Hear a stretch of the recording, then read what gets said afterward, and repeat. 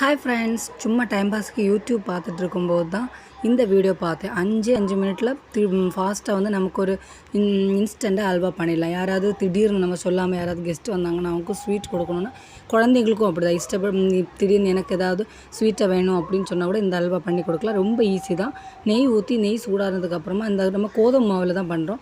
கோதுமை மாவு அந்த கோதுமை மாவில் போட்டு ஜஸ்ட் வந்து கிண்டி விட்டுட்டே இருக்கணும். அதுக்கப்புறமா எல்லா இதுவும் போய் நல்லா சாஃப்ட் ஆனதுக்கு அப்புறமா வந்து நம்ம சர்க்கரை பாகு காய்ச்சி எடுத்து வச்சுருக்கோம். பாகு காய்ச்சினா தண்ணியில் போட்டு சூடாக்கி அரிச்சு எடுத்து வச்சுருக்கோம்.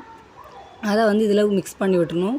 இப்போ உங்களுக்கு வந்து மற்ற நம்ம டீயில் போடுற சர்க்கரை போதும்னா அதுவும் போட்டுக்கலாம். நம்ம இதுதான் போட்டிருக்கோம். இது போட்டு நல்லா மிக்ஸ் பண்ணி எடுத்துக்கலாம்.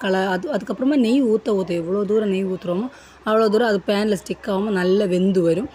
அதுக்கப்புறமா நம்மளை சுற்றி நல்லா கிண்டி விட்டு இந்த மாதிரி பதத்தில் வந்தால் தான் அல்வா ரெடி ஆகிடுச்சு.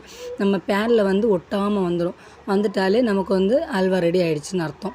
ஈஸியாக 5 மினிட்டில் பண்ணிடலாம். எல்லா குழந்தைங்களும் இஷ்டப்பட்டு ரொம்ப டேஸ்ட்டாகவும் இருக்குது. Bye friends.